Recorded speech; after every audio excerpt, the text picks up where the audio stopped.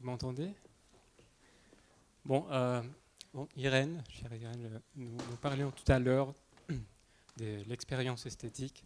Et je crois que je n'exagère pas si je dis que dans cette salle, comme ça, si je dis que dans cette salle transpire un peu cette expérience esthétique qui est de voir un beau film. Et je voudrais savoir et commencer par discuter un peu sur vos débuts dans le cinéma. Comment est-ce que vous avez rencontré Kieślowski? Comment vous avez commencé? Comment il a connu euh, l'existence de cette Irène qui avait joué dans Au revoir les enfants un peu? C'est une introduction plutôt musicale, si je comprends bien. En fait, on a vu qu'il y avait la directeur de casting qui s'appelait Margot Capelier, qui était une personne qui était vraiment euh, une directeur de casting qui avait déjà beaucoup travaillé, qui avait travaillé avec Prévert. Enfin, c'était vraiment quelqu'un qui était vraiment formidable. Et j'avais eu la chance de la rencontrer après Au revoir les enfants. C'est elle qui m'a présenté à Kieślowski, entre autres, avec d'autres comédiennes bien sûr, mais pour participer à La double vie de Véronique. Et donc j'ai fait une semaine j'ai fait une après-midi d'essai. Ça m'a paru une semaine, quoi. Voilà. Et ensuite, on s'est revus 2 semaines après où on a juste discuté comme ça pendant 2 heures. Et voilà, donc après La double vie de Véronique, il m'a dit je vais faire cette trilogie et je pense qu'il y aura un rôle pour toi. Et donc il m'a dit ça sera une histoire à 2, parce que La double vie de Véronique, c'était vraiment un film assez solitaire, je jouais deux femmes. Et donc, c'est avec Jean-Louis Trintignant. Et il m'a dit, oui, j'aimerais bien que tu me dises quel est le nom que tu avais envie de porter quand tu étais petite. Alors bon, j'ai dit Valentine. Et parce qu'il disait, ah oui, pour moi, c'est vraiment un film qui doit être... ton personnage doit vraiment être dans tout ce qu'on espère quand on est enfant. C'est-à-dire toutes les espérances de la jeunesse. Et pour lui, il avait tendance à dire que Rouge, c'était aussi cette histoire entre l'expérience blessée et l'idéalisation de la jeunesse. Il avait tendance à penser que en lui dialoguaient les 2 personnages du juge et de Valentine. Et voilà. Donc bref, toujours est-il que donc il a écrit le scénario, je l'ai lu, on en a parlé. J'ai eu cette chance d'être là un peu au début de l'écriture. Oui, je vois. Donc, à partir de ce film de Louis Malle, donc Au revoir les enfants, et de cette expérience musicale, vous jouez le rôle d'une professeure de piano, et aussi dans La double vie de Véronique, une professeure de musique. Et vous dites dans les 2 films à un enfant, un élève, tout joue faux. Et c'est une chose très particulière parce que bon, maintenant, vous avez un peu aussi un côté musical, une carrière avec quelques albums avec votre frère. Mais j'évoque ce film de Louis Malle parce que on a projeté dans cette même salle, il me semble, assez récemment, un film de Louis Malle aussi, Feu follet. Et dans Feu follet, l'acteur principal, Maurice Ronet, Maurice comme votre père, si je ne me trompe pas, il dit « Ce qui est intéressant dans la trajectoire d'un acteur, c'est quand on vous propose des personnages qui, dans leur dimension, vous concernent et qui vous permettent d'exprimer votre nature. Un personnage, pour un acteur, c'est une limite dans laquelle il s'exprime, non pas un costume qu'il se met sur le dos. » Est-ce que ça a été le cas? Attends, un personnage, selon un acteur, c'est une limite. Il recommence ça? C'est une limite dans laquelle il s'exprime. C'est une quoi? Une limite. Ah, le personnage est une limite, d'accord, dans laquelle il s'exprime. Non pas un costume qu'il se met sur le dos. Bon, donc est-ce que les personnages que vous avez joués dans les films de Kieślowski, et notamment Valentine dans Rouge, sont des personnages à travers lesquels vous arrivez à exprimer votre nature à vous? Alors d'abord, moi, je voudrais quand même féliciter Manuel, parce que franchement, il est physicien, hein. Et avec leur groupe, là, ils sont tous d'horizons complètement différentes du cinéma, et franchement, ce sont des cinéphiles incroyables, des amoureux du cinéma, et ils préparent chaque rétrospective d'une façon assez incroyable, et franchement, les entretiens d'une façon très pertinente. Moi, je suis vraiment soufflée. Donc, cette phrase de Maurice Ronet, qu'est-ce que c'est qu'un personnage? C'est toujours difficile à savoir, effectivement. Alors, on pourrait dire déjà que Kieślowski n'était pas quelqu'un qui allait vous dire quel était votre personnage, par exemple. Je sais pas, il attendait plutôt. Je me souviens que pour ce. Donc, on le trouve petit à petit, ensemble. Alors, évidemment, moi, je travaillais à ce moment-là avec un professeur qui s'appelait Jack Garfine, qui venait de l'Actors Studio, et je lisais les scénarios avec lui. On les discutait, et puis petit à petit, à force de les lire, de les discuter, puis de les lire seul, il me disait, il faut que tu lises le scénario tous les soirs, en entier. Au bout d'un moment, il y a quelque chose qui se fait, il y a un travail, il y a l'imagination, on pense à un tel, on pense à un tel, on pense à plusieurs choses, et puis ça se construit. Mais ensuite, on arrive sur le plateau, et puis on rencontre le partenaire, Jean-Louis Trintignant, et puis on commence, pendant un week-end, on a commencé par toutes les scènes de la maison qui sont les plus violentes. Oui. Et Kieślowski disait, bon, bah, parfois je commence le film en faisant la périphérie, c'est-à-dire les petites scènes où on sort du magasin, on rentre dans la voiture, etc. Ou parfois je commence avec le gros du gros, quoi, avec les moments. Oui. Et dit, je vois pas, les deux fonctionnent, quoi. Donc pour nous, c'était pas facile de commencer tout de suite à sauter dans le personnage, enfin sauter c'est pas vraiment le personnage, mais dans le plus dur de l'action, quoi. Surtout parce que les personnages sont définis aussi à travers les images elles-mêmes. C'est-à-dire que j'imagine que dans un scénario de Kieślowski, il y a bien sûr la présentation des personnages et des actions, mais étant un cinéma si visuel, je crois qu'il n'est pas évident en tout cas de deviner la nature de ces films sans jouer et sans voir les résultats de tout ça. Alors, dans le cas de La double vie de Véronique, j'imagine que c'était même plus difficile. Et il me semble avoir lu que après la fin et le montage du film, vous ne reconnaissiez plus un peu le film parce que tellement il avait été coupé, édité. Oui, alors c'est vrai que sans pouvoir trop parler du film, parce que peut-être beaucoup de gens ne l'ont pas vu, mais c'était un film, La double vie de Véronique, où il avait fait un montage. Il dit, c'est la première fois de ma vie où j'ai fait 15 montages différents, j'avais toutes les possibilités de faire ce film à l'endroit, à l'envers. Enfin, c'était... Le film rouge, pour le coup, était très fidèle au scénario et il a eu un montage plutôt direct. Maintenant, ce que je voulais dire, c'est que dans le film rouge, peut-être influencé de ce que j'ai dit tout à l'heure, que pour lui, Krzysztof Kieślowski, ces deux personnages étaient finalement deux façons d'être le même aussi. J'avais l'impression souvent qu'il nous mettait, Jean-Louis et moi, et il nous regardait l'un et l'autre, et il nous dirigeait pendant qu'on jouait. Jean-Louis était très dérangé par ça, parce que c'est la première fois qu'il avait un metteur en scène qui était si près de lui. Et il faut savoir qu'à l'époque, il n'y avait pas du tout de combo. On ne regardait pas sur une image. Donc la caméra était là, elle était souvent très proche des acteurs, et Christophe se mettait sous la caméra, donc tout près. Et si Jean-Louis et moi, on était ici, la caméra ici, lui, il était ici. Et alors, il poussait comme ça, juste sous la caméra, là où on ne nous voyait pas. Parfois, il disait... Parfois, voilà, il nous disait d'attendre, il nous disait de tendre, il nous disait de recommencer. Donc c'était vraiment, je veux dire, il était le troisième personnage, quoi. Enfin, je veux dire, il était vraiment dans la scène, quoi. Et Jean-Louis, il disait, mais c'est quoi? Puis au bout d'un moment, il s'est un peu habitué.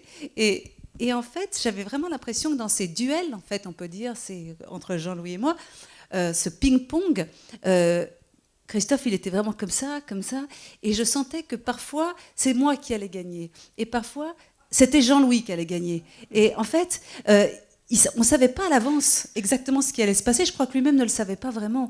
Mais tout d'un coup, il en favorisait un, puis tout d'un coup, il en favorisait l'autre. Et c'était dans cette dynamique-là que tout d'un coup, les choses se faisaient. C'était pas facile à prévoir, en fait. C'était assez... ça se faisait sur le moment. Oui, mais peut-être aussi parce que dans ce personnage, on peut trouver un peu des alter ego de Kieślowski lui-même. C'est un peu la confrontation de lui avec lui-même. Un personnage, Jean-Luc Trintignant, un peu sombre comme ça, solitaire. Un homme qui représente un peu le pessimisme caractéristique de Kieślowski, mais à la fois l'espoir représenté par Valentine. Et oui, c'est possible que il est très involucré avec les scènes et tout ça.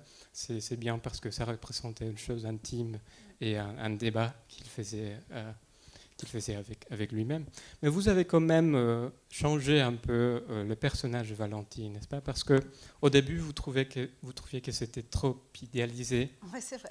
Et que donc Kieślowski a changé quand même quelque chose. C'est vrai que comme on avait eu l'occasion de se connaître avant et que donc j'ai lu le premier traitement, et pour la première version du scénario, et effectivement, je me disais, oh, quand même, cette jeune fille, pourquoi... Ma question principale, c'était pourquoi est-ce qu'elle va chez le juge? Franchement, tout le monde serait parti en courant. Donc on se dit, zut, pourquoi est-ce qu'elle reste? En fait, c'est la question principale pour jouer ce personnage, en fait. Qu'est-ce qui fait que, peut-être ce que tu disais tout à l'heure avec l'indifférence, qu'elle va aller au-delà finalement de ça. Elle se sent révoltée, mais elle reste, en fait. Elle n'arrive pas à être indifférente à cette révolte qu'elle ressent. Et elle décide qu'elle est attirée, qu'elle reste. Et du coup, je me disais, pour ça, il faut qu'il y ait bien quelque chose qui déraille. Effectivement, bon, il a rajouté cette histoire du frère qui ne va pas bien et on a l'impression, je me dis finalement au début pour Valentine, voilà, elle fait des études, on ne sait pas exactement quoi, elle a ce frère mais qui se drogue. Et ce que Christophe Kieślowski disait, il disait c'est vrai quand on aide, souvent ça se fait sans le vouloir. Et il dit c'est souvent le meilleur, c'est souvent la meilleure façon qu'on a d'aider, c'est sans le vouloir. Et c'est un peu ironique, mais c'est vrai que Valentine essaye d'aider son frère ou d'être avec son amoureux et elle n'y arrive pas. Et puis quand tout d'un coup elle envoie balancer le juge, tout d'un coup elle l'aide sans le vouloir. Enfin vraiment, il se passe quelque chose entre eux de très fort, qui est une fraternité. Oui, tout à fait. Et là, je crois une autre thématique, donc on va juste passer aux questions du public, je crois est impatient. Il y a une autre thématique et c'est la répétition un peu. Je crois que Kieślowski avait dit qu'il y a un peu, à part la référence évidente à la chute de Camus, une référence à une nouvelle de Kierkegaard sur la répétition, c'est-à-dire l'opportunité de pouvoir faire des actions qu'on a fait dans le passé, mais avec la connaissance, avec l'expérience qu'on a vécue pendant. Et je dis ça parce que bon, c'est un film qui est sorti en 1994, ça fait déjà quand même longtemps, mais c'est un film qui reste très pressant, hein, comme le démontre cette séance ici avec vous. Et vous avez joué, parmi d'autres, un grand réalisateur, comme Antonioni, Vander, en particulier Angelopoulos, que je nomme parce que dans le film La poussière du temps, où vous jouez, à propos de ce film, donc, il lit quelques lignes du poète Eliot, qui est aussi sur le 4e épisode du Décalogue que nous allons projeter. Ce sont des lignes sur le temps passé, le temps futur, qui disent comme le temps passé, le temps futur, ce qui aurait pu être et ce qui a été, tendent vers une seule fin qui est toujours pressante. Et c'est dans le temps seul qu'est le temps des conquis. Et je crois, ce sont des vers qui montrent la sagesse de ce grand poète et dans ces soirées, donc, est une confirmation. C'est la répétition, donc vous, dans ces moments, vivez un peu les expériences de ce film 20 ans après, mais avec une vision nouvelle, renouvelée. Quelle est donc votre vision actuelle et votre position par rapport à la thématique de ce film? Est-ce que finalement c'est dans la fraternité qu'il faudrait chercher la réponse à toutes les questionnements de Kieślowski? C'est une question vaste, oui. Mais qui, bon... Je ne pense pas que comment dire, j'ai pas l'impression que ma façon de voir le film, parce que ça fait longtemps que je l'ai pas vu maintenant, mais de l'avoir présenté, de l'avoir entendu par beaucoup de, eh bien bon si je le voyais, je crois que je serais très surprise. Et évidemment, je le sentirais, je le recevrais pas du tout de la même chose, bien sûr. Ça, c'est sûr. Mais je ne peux pas le savoir vraiment trop. Mais je crois que c'est vrai, quand on voit un film ou quand on lit un livre à 10 ans d'intervalle, on ne le lit pas de la même façon. Mais c'est agréable justement de sentir à quel point finalement l'investissement du public, du spectateur ou du lecteur, si c'est un livre, est quand même très important. Oui, le petit moment où on arrive finalement à faire cette répétition si désirée. Bon, je crois que le moment est arrivé de donner la parole au public.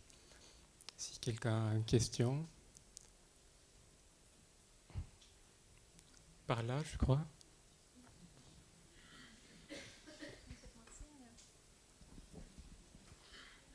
Non, je ne vois aucun signe. Ah ben peut-être qu'il n'y a pas de question. Non mais pourquoi pas.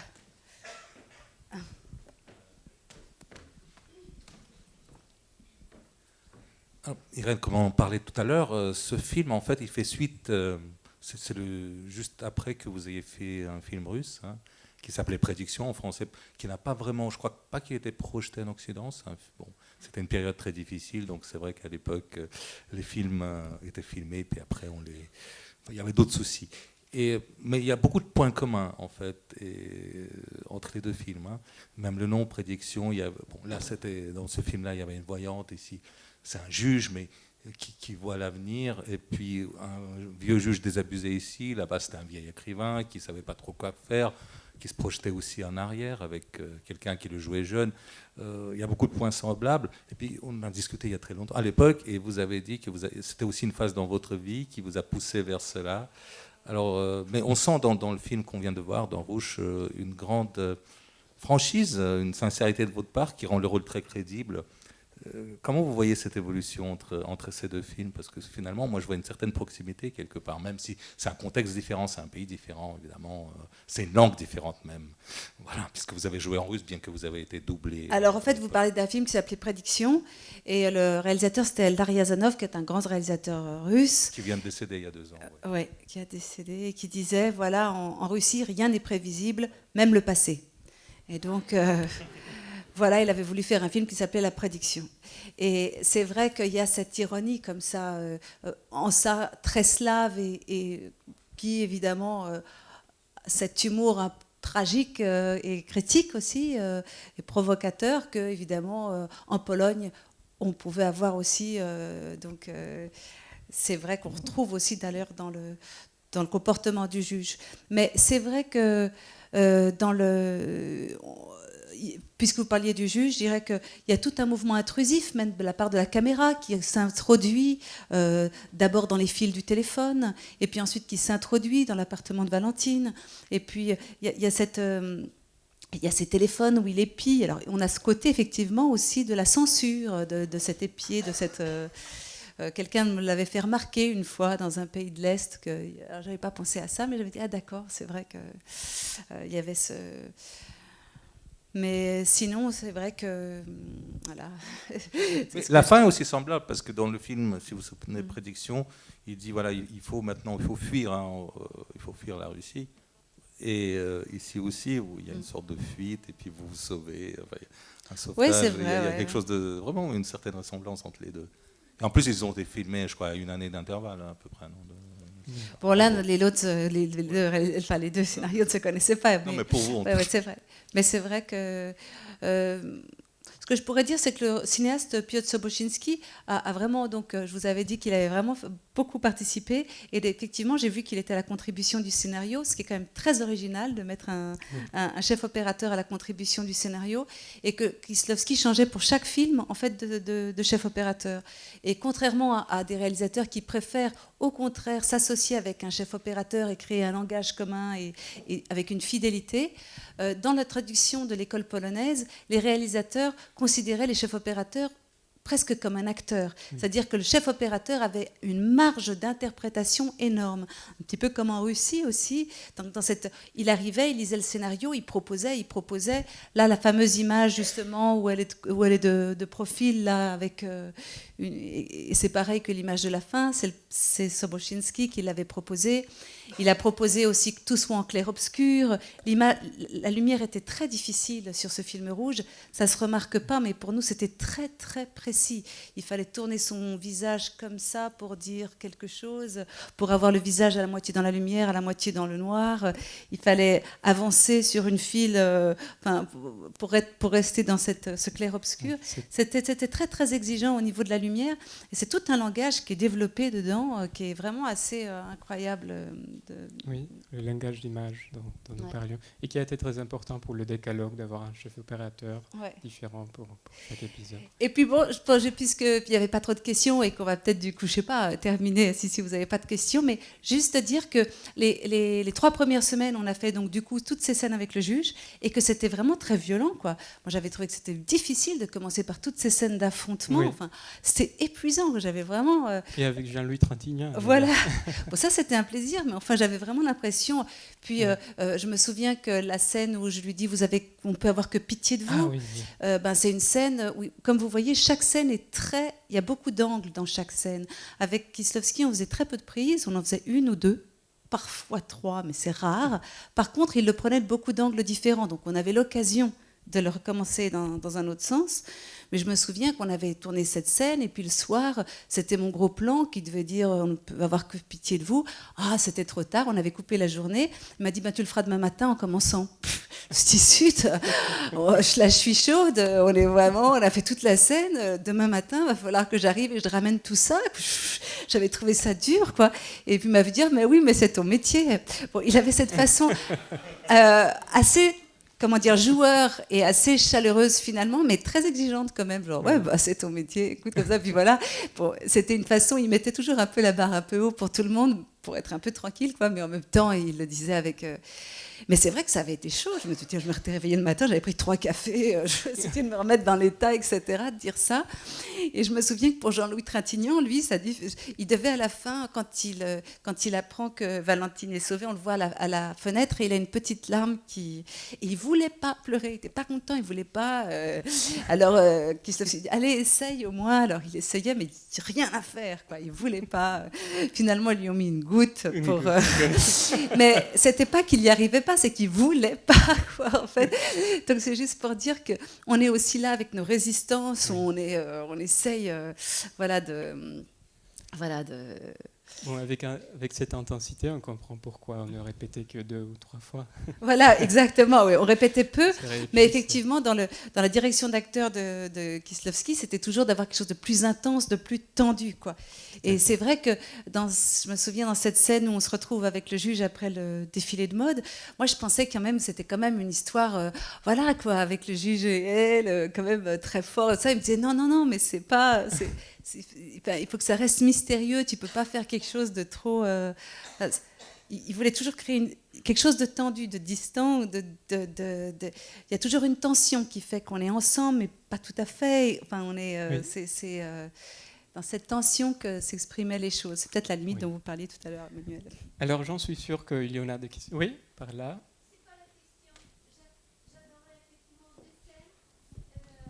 Juste un petit instant, madame.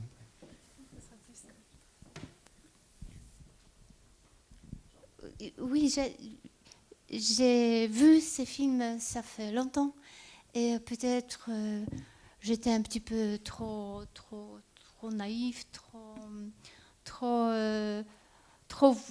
la fille à l'époque. Maintenant, je la vois de façon plus mûre, je peux comprendre plus le juge.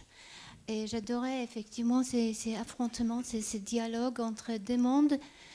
Et j'adorais l'ambiance de plusieurs ces scènes entre l'affrontement jusqu'à amitié. Et par exemple, j'adorais cette scène où ils boivent la boire et on voit la lumière dans le verre et qui s'allume dans le presque noir. Il y avait ces contours. Et ou la scène avec les cafés, ils sont dans les théâtres. J'adorais. Et pour la première fois, je vois ces films autrement et je savourais. Merci beaucoup. Merci. Bonjour. Voilà. Est-ce que je peux vous demander quel est votre film préféré de Kieslowski ? Je ne sais pas si je le prononce bien.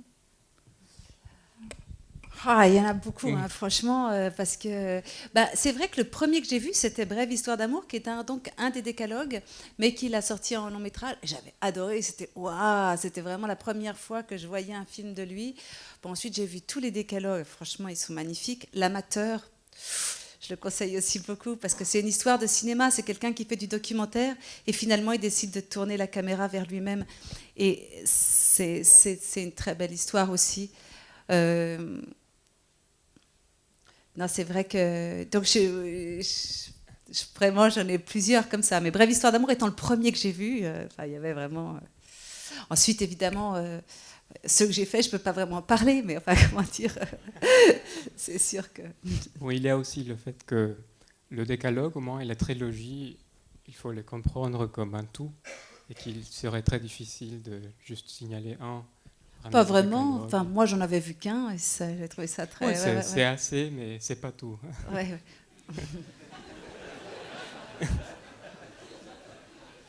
Il est argentin, c'est ça? Non, vénézuélien, pardon. Ça, c'est la philosophie Raméritus. Très fin. Oui. Voilà. Est-ce que je pourrais vous demander... Je suis là. Non, c'est juste une curiosité. Donc, si vous pouvez rappeler les circonstances de production qui ont fait que ce film a été tourné à Genève et comment vous avez vécu cette location peut-être un peu particulière pour vous. Oui, pour moi, j'avais un peu le trac de venir tourner à Genève, puisque j'étais partie quand j'avais 18 ans pour faire du théâtre à Paris. Puis je me suis dit, quoi, retourner? Ça va être bizarre de retourner dans ma ville, ça, etc. Et en fait, ça a été super. D'abord, c'est Jean-Louis Porchet, Cab Productions, qui a coproduit avec Dmane Kermitz. Il cherchait de toute façon à installer ce film-là dans un autre pays francophone que la France, donc entre la Belgique et la Suisse. Puis ça s'est trouvé avec Cab Productions.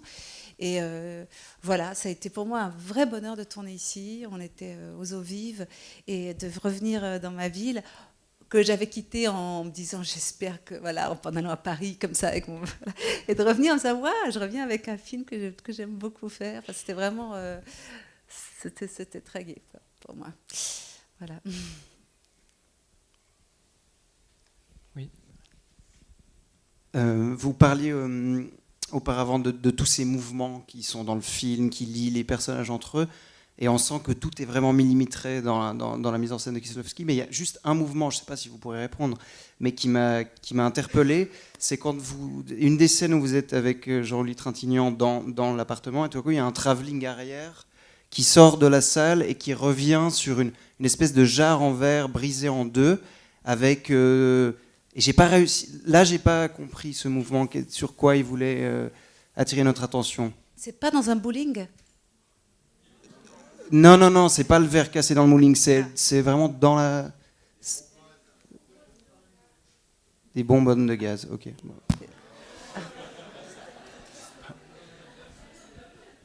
Bon, peut-être ça fait longtemps que vous ne l'avez pas vu. Mais c'était dans le café ou c'était dans l'opéra?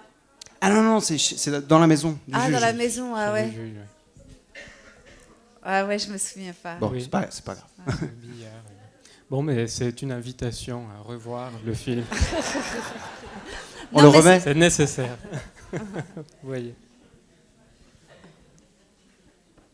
Encore? Oui, là au fond.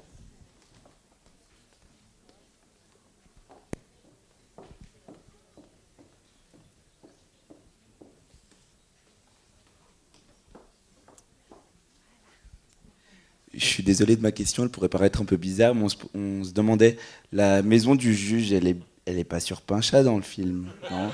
C'est ça. Si. Elle est quoi? Pas sûre? Sur Pinchat. Si, elle est là. Non. Elle était plutôt au-dessus du lac, après Genève-Plage, quoi, là au-dessus. Là. Non, mais la vraie maison, je crois, elle est sur Pinchat, sauf que je pense que pour le faire un peu plus poétique, Kieślowski a choisi de montrer le chemin vers cette maison, comme ça, comme si c'était vers le lac, tandis que la maison est en fait à Pinchat. Ouais, c'est vrai. Donc, Ouais, c'est vrai. Ouais, il y a des trucs, hein, c'est comme ça. Ouais.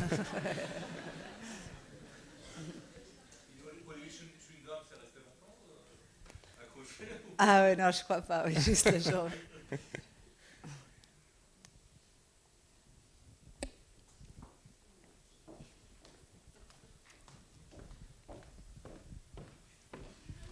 Bon, ben, merci beaucoup. Hein. C'est vrai que c'est un film qui se suffit un peu.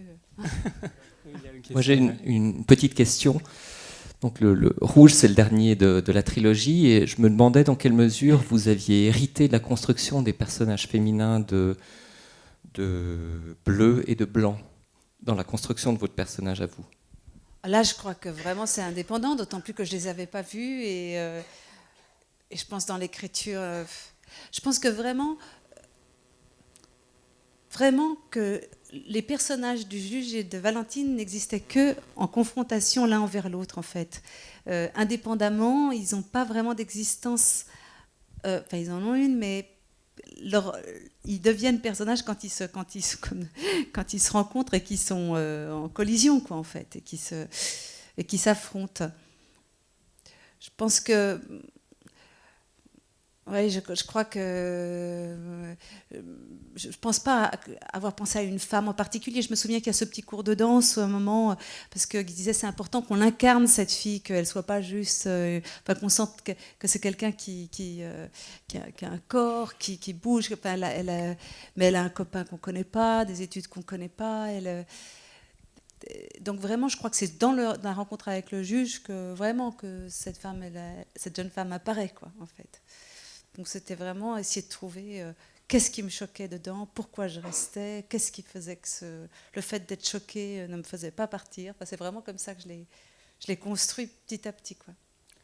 Je voudrais juste ajouter, peut-être il y a cette indépendance entre les personnages, des Juliette Binoche et Julie Delpy et vous-même dans la trilogie, un peu parce que Kieślowski avait en tête cette comédienne quand il a écrit le scénario, et que donc c'est un peu des films faits pour cette comédienne, n'est-ce pas?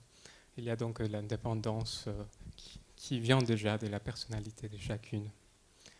Alors, j'imagine qu'il y a peut-être une dernière question.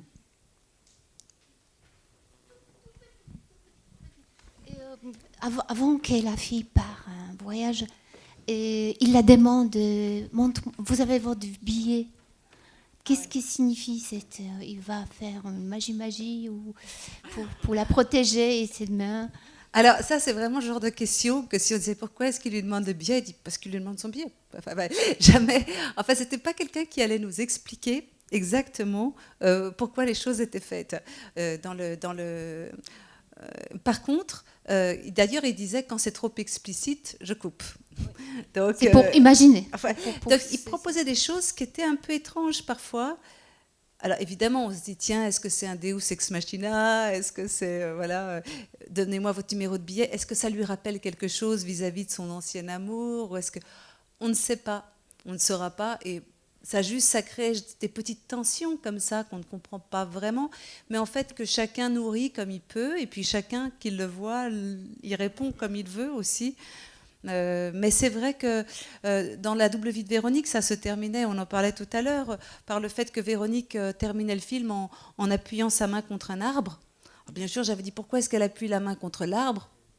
C'est peut-être parce que l'âme polonaise, on a besoin beaucoup de symbolique.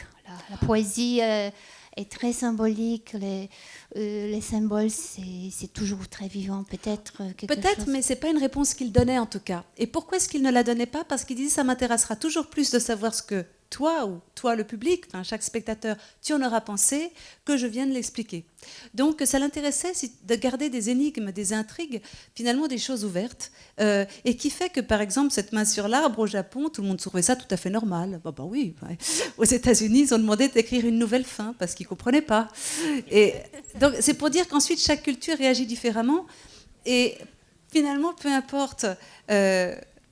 Quand les journalistes disaient mais pourquoi est-ce que le personnage fait ça, il laissait toujours la question ouverte, parce qu'il aimait justement que les gens se posent des questions. Finalement, il trouvait que c'était ça le dynamisme, et puis comme je le disais, de faire qu'une partie de la phrase et laisser au public de répondre l'autre. Alors parfois, les gens disaient, ouais, pourquoi est-ce qu'elle est de la grand-mère à mettre ça, ou pourquoi, enfin je veux dire, pourquoi? Eh ben voilà, dans la vie, c'est vrai que quand il se promenait, il était toujours là. T'as vu, il y a 3 choses qui se sont éteintes pendant qu'on parlait. Enfin, il avait une façon d'observer les choses comme ça, d'aimer en faire des correspondances.